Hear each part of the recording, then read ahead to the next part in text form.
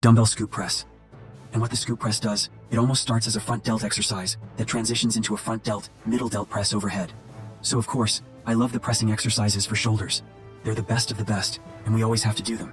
But this one just gives me an option to get that front delt, a little additional work, before it enters into that middle delt, front delt, combination press.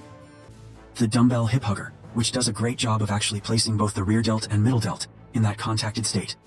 And you'll notice as I'm pulling the dumbbells up, as if I'm trying to almost pull up a pair of pants that have fallen too low, I'm getting a bit of adduction at the shoulder as my arms drifts away from me.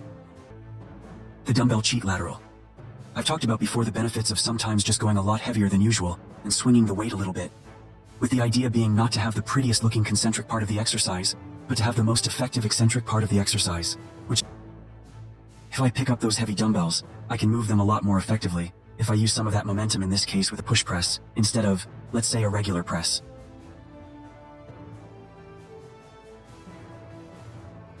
When it's the front delt specifically that I'm trying to target, there's nothing better than the classic dumbbell front raise. There's nothing pretty about it, but what I do try to do is split this up into one side at the time, so I could focus on driving that arm out in front of my body and not rely on too much momentum. Because here, I'm trying to make that front delt the work, and not necessarily have it bleed over into the other heads of the deltoids,